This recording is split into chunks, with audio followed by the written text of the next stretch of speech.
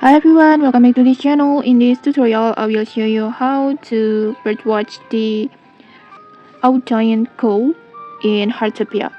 Catching this Audouin gull is useful to complete your birdwatching diary or birdwatching collections like this.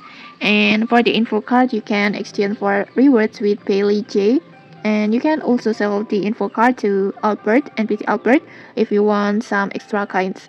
And to find this Audouin gull, you can go to the Whale Sea Seaside, this one. And for the time, it's bounce all time and almost all weather at the sunny, rainy, or rainbow.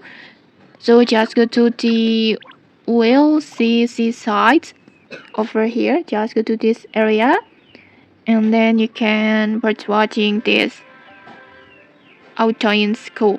And okay, that's it. If you found this helpful, don't forget to like, comment, and subscribe for more tutorials. Thanks for watching, and see you.